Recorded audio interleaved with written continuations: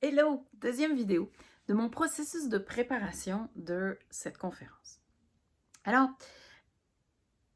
suite à la première vidéo que vous avez regardée, je suis à cette étape où, ça y est, je me sens capable de le faire, j'ai accès à cette énergie-là. C'est bien beau ça, mais c'est pas plus écrit mon affaire, là. Depuis le temps que je tournais autour du pot, j'ai pas plus fait mon travail, là, j'ai pas plus de choses à dire. Mais j'ai de l'énergie pour le faire. Alright, on s'en va dans la bonne direction. Qu'est-ce que j'ai fait à partir de ce moment-là? Alors, je savais quand même les grandes lignes de ce que j'allais dire, mais de manière très très large. J'avais un titre, en gros. Et là, je me suis dit, alright, ben, je vais pas prétendre que je sais, je vais pas passer par la tête. Je vais passer par mon cœur. Alors, j'ai utilisé l'auto-hypnose, c'est-à-dire que je me suis mis dans un état modifié de conscience, dans un état de méditation hypnotique, si vous n'êtes pas familier avec le concept. Et en gros, je me suis dit, ben, je vais me connecter à tout ce que je sais, et même les choses que j'ai pu apprendre et oublier. Je vais me connecter un peu à tout ce qui est dans mon cerveau et dans mon cœur, dont j'ai pas forcément conscience et un accès immédiat.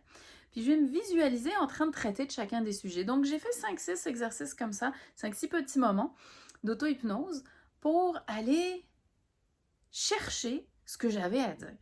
Un peu comme si je me disais, OK, qu'est-ce que la vie veut dire à travers moi dans ce moment-là? Qu'est-ce que moi, je sens que j'ai besoin, que j'ai envie, que j'ai à partager là-dedans, peut-être même au-delà de mon sujet. Et donc, je me suis imaginée en train de parler, en train de partager. Et ça m'a amené énormément d'idées et d'éléments intéressants. Parce que, faut bien se dire une chose, partir de rien pour créer quelque chose, euh, être dans ce processus créatif, ça se fait pas entre deux réunions.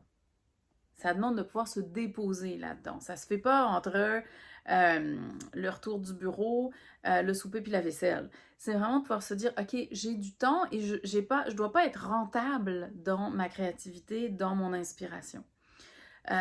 Alors, moi, je m'étais prévu 5 jours. Vous allez peut-être dire, hey, 5 jours, je lis, c'est un peu intense. Moi, je ne l'ai pas ce temps-là. Je sais pas si je l'avais, hein, ben honnêtement. Parce que j'ai travaillé fort et j'ai travaillé fort avant après là, pour rattraper ça. Mais en attendant, ça m'a vraiment permis de m'abandonner dans cet exercice d'écriture-là. Moi, ça a été un bon outil pour moi. Je vous parle de temps, puis ceci, ça inclut aussi de respecter son temps. Ça vous arrive-tu de vous dire, ah, de telle heure à telle heure, je fais ça pour moi, ou, puis pas le faire? Puis de pas recéduler le rendez-vous parce qu'il y a autre chose qui est arrivé, puis cette notion de respect du temps, elle est importante pour euh, atteindre vos objectifs et vous respecter là-dedans. Ensuite, je me suis entourée. C'est-à-dire que je prétendais pas savoir comment faire des conférences. J'en avais jamais fait. Donner des formations, oui, pas de problème. Animer des groupes, j'adore ça. Accompagner des équipes de travail dans leur développement, j'adore ça. Mais une conférence, être dans cette notion de plus de monologue, même si effectivement il y a quand même un feedback, mais c'est vraiment pas le même que quand je peux lancer les gens dans un exercice ou c'est pas la même dynamique, je savais pas faire. Donc, oui, j'ai été aussi m'inspirer pour créer mon contenu de gens que je trouvais intéressants, mais en dehors de ce que je vous disais dans la vidéo précédente, j'ai aussi été chercher de l'information. J'ai fait des lectures sur les conférences, j'ai écouté des conférences sur l'art de faire des conférences, j'ai lu le livre TED sur comment faire une conférence, je vous donnerai les références là-dessous. Il faut bien que vous compreniez une chose pour pouvoir avoir des nouvelles idées qui viennent, pour pouvoir créer des choses, ça demande de la disponibilité. Une fois que j'avais terminé d'écrire, ben, je me suis visualisée en train de faire. Pourquoi? Ben, pour m'entraîner dans ma tête, pour évidemment voir certaines choses qui pouvaient moins bien aller. Donc, je l'ai fait en auto-hypnose, en me visualisant en train de voir, de faire, de parler, de ressentir, d'entendre. Je me suis aussi pratiqué beaucoup devant des gens. J'étais à la campagne, donc mon premier auditoire, ça a été des vaches, j'avoue.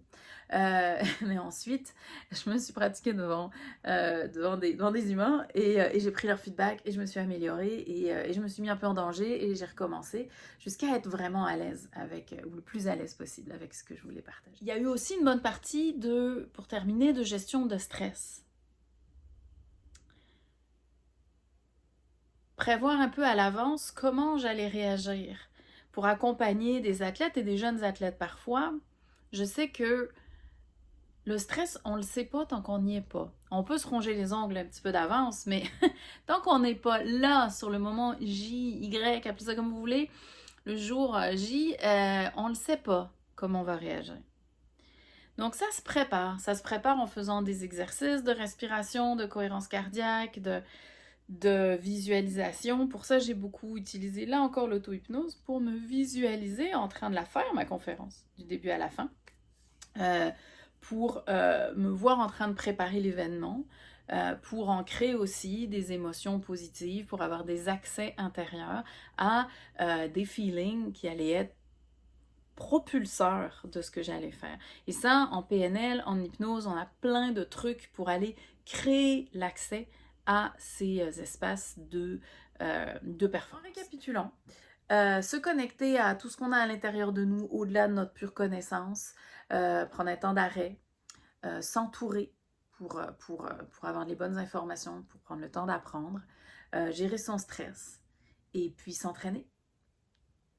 Je vais vous retrouver dans une troisième vidéo où on va parler de mesure de la performance. Comment est-ce qu'on peut s'estimer content ou pas content de ce qu'on a livré? Et comment est-ce qu'on va mesurer ça? Pour pas être dans cette notion de oh, ça a super bien été, mais à cause de ce petit bout-là qui a mal été, je suis pas content. Pour éviter ça, comment on fait? On s'en parle dans la troisième vidéo. À tout de suite.